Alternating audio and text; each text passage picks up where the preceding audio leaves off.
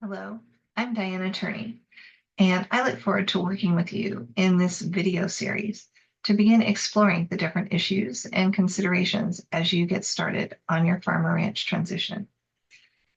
I want you to know that I am very eager to share this information with you, and I have two partners that are as passionate as I am. We're all farmers. Both Ophelia Laura and Kathy Nishimoto have joined me in this process as we work with the Soil and Water Conservation Districts at Clackamas, East Multnomah, and Tualatin in bringing information to you. So let's get started and look how this is structured and begin looking at things you might want to consider. I'm sure you've thought about it. What is in your future? What would you like to do?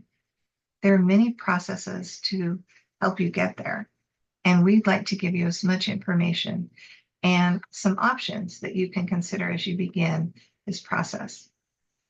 We've structured our video series to help you break this down in parts. And so we have brief videos that you can watch and return and watch again. Whether you're watching it with family or others, we want you to have the information in your hands to help you. And we think that by breaking it down, you'll get started. To do that, we've also included a workbook that effectively is a set of tools that you can start going through exercises to gather information, help you ask questions that really need to be asked, and get going in this process. And that is the key thing. I'd like to share some information that, well, if it doesn't get you going, I hope it will now that you have more. Do you realize 80% of farmers, ranchers, and forestry owners in Oregon are at or near retirement? That's a big number. And even though Oregon is the eighth largest state in terms of agricultural production, they are the sixth largest state that they have that much property for sale.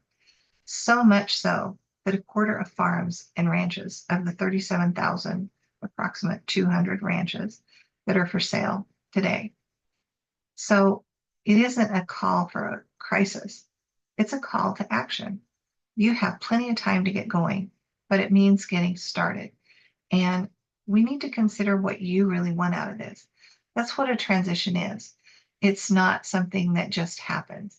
It takes planning, and there's some resources that are going to be involved because these statistics are very real. 86% of family-owned businesses, well, people plan, that's what you are. In most cases, your transition is only going to happen to the tune of 30%. That's not great.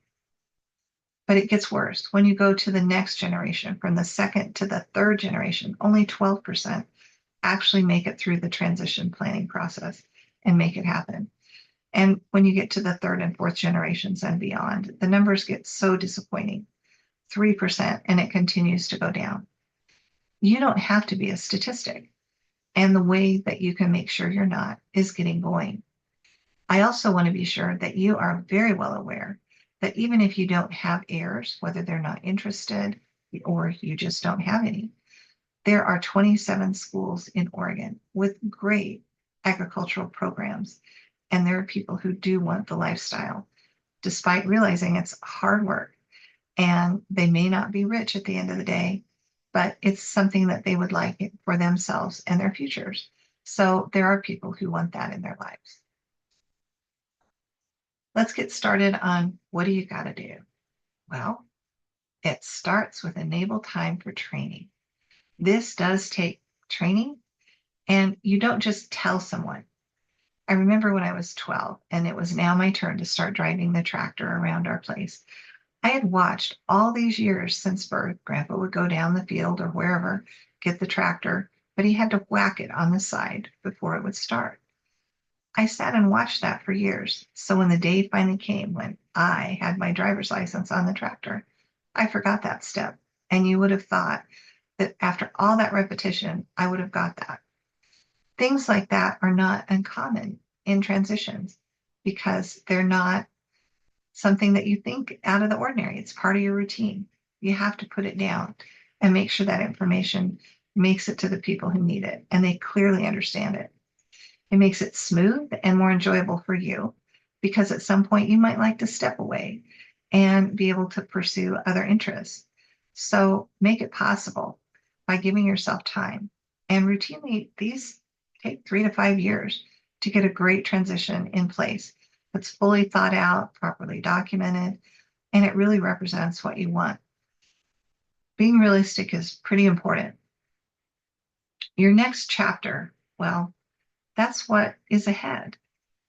Part of your transition is not just where I'm at now, but where do I see myself in the next 3, 5, or however many years? And so I call that your next chapter. And once you take the time to plan what you want and ask yourself, really, is that what I really want to do? Have you tested it? I had a gentleman who, when I asked him that question, well, he drew a great big sailboat and said, this is what I want to do. And I said, okay. And he had me help him sell his farm. And he went and bought a beautiful sailboat and sailed. I saw him a couple of years later, and he came in and said, you have to help me buy it back. I've invested okay, so I think I can do it. Wow.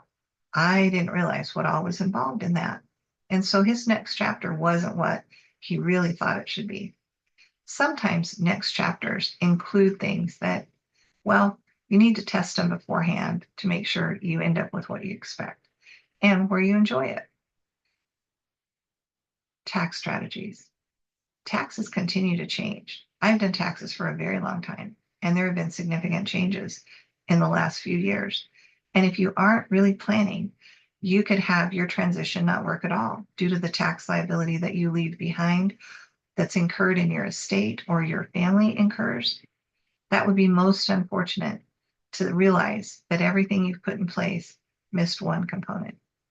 And you're going to want people to work with you that have the skill set in agriculture, not just that nice accountant or friendly attorney that you've worked with for years that are so good. An ag accountant is going to sit you down, or an attorney, and they're going to ask you what you really want. Do you want to get the most out of this? What is your definition of success? And then they're going to help you look at your particular circumstance and give you some recommendations on how to move in the direction you'd like to go. I can't emphasize training enough. There's going to have to be training for everyone involved and knowing where everything is. Do you know where the keys are? Do you know what the passwords are? There's just a lot of information to get together, and I have documents to help you start collecting that. You also are going to want to consider the ongoing dollars. We have learned that sometimes you can have a significant increase in expenses. Look how much different things that we pay for, gas, utilities, and other living expenses, perhaps your healthcare. So having enough ongoing dollars so you don't jeopardize the transition is important. And sitting down with financial planners that help you look at that is essential in your process. One of your options is always to keep it until a particular event or you should pass away. The next option can be buy. And of course, some people sell and others gift. It doesn't mean that you have to do only one of these. In fact, I have many people that do 2 or more of these, some of them all.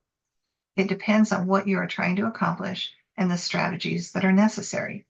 Gifting can provide tax benefits done properly. Selling can also be part of a strategy to minimize your tax because of the value of your estate. Your attorneys and your accountants can help you with this. Let's look at keeping. Why would you keep your place? Well, maybe it's just where you'd like to wake up every day, and that's okay.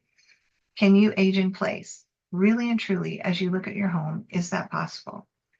And answering some questions along the way is helpful as people work with you and they know how to help you achieve, for instance, this family legacy, whether you have just purchased it and this is the first transition, or I've worked with someone that this is their 8th family transition. Well, it's a legacy. And if it is that, there are steps that you're going to take that are different than if it's just a business. If you have key employees, there are things that you might like to accomplish with them, whether they become owners, you want to take care of them, or you just have concerns about how information they have gets transitioned. There can be lots of things that are involved with employees, but most of all, you need to keep them. And there are steps you can take that help them understand this isn't today or tomorrow that you're transitioning. You're going to need to be confidential in this process, and I can't stress that enough, until the time is right to start sharing with everyone. And of course, a farm manager can be very helpful in the fact that many of us are getting older and we can't quite keep up with the things we used to do. So a farm manager can be a great resource for a time or longer term to help your transition actually come to happen. I mentioned buy earlier. A lot of people think, well, why would I buy? An economy of scale, certainly. If you are bigger, sometimes you can negotiate better pricing. And sometimes ownership is very important to your heirs. They want their name on their respective parcels. That could be part of the process and why you would buy to give a family member or enable them to have a piece of the pie. Resources. Well, perhaps you need the fields that are next door in order to have adequate grazing, or you're looking for water rights or other benefits, housing, etc. And finally, protection is another area that I see pretty common, where people want to protect their agricultural way of life. And we know that Oregon is growing and there is urban encroachment. And so sometimes staying in touch with neighbors, letting them know you're looking, that if they would like to sell, you would like to be considered as a potential buyer to protect yourself instead of having next door a multifamily housing units or a big box store with a huge parking lot. It will change forever the way that you look at your farm, and it could jeopardize it, quite frankly. So protection is a very common undertaking. The reasons to sell are many, whether you want to take care of family or perhaps you have health issues. There can also be key employees you want to take care of or civic things. We also know that easements, that's selling a right to something. When you sell an easement, you don't always have to sell the property when you have an easement. Many of us have utilities, telephone poles, and other utilities that cross edges or right through the middle of our properties. Understanding what that means in the sale will be important. And occasionally you don't know who the buyer is going to be. You just have to go through the process of getting your farm ready for sale to get the best possible price. Gifting is always a possibility for you. Perhaps you want to gift all of it, or perhaps less. Many people struggle with the idea that, do I have to give something equal to everybody, or they feel compelled to do that? I will tell you that in farm and ranch transitions, routinely fare is not equal. In fact, agricultural properties take more time and more money in the transition process than many other businesses and require a lion's share of an estate. So keep that in mind as you're looking at your transition. And there are ways, and you would be surprised at how family feels.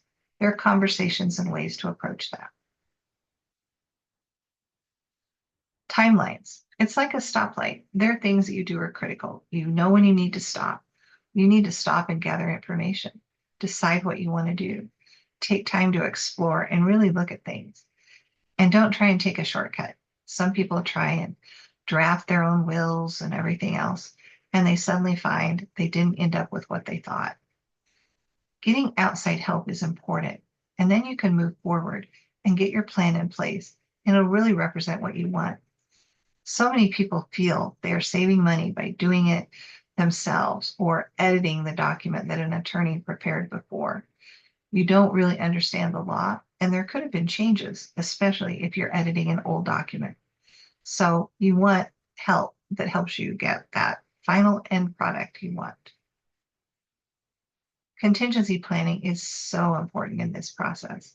There are changes that might be necessary, whether heirs don't choose to come back, they pass away before you do, or they just let you know they're not interested. Many of those things happen.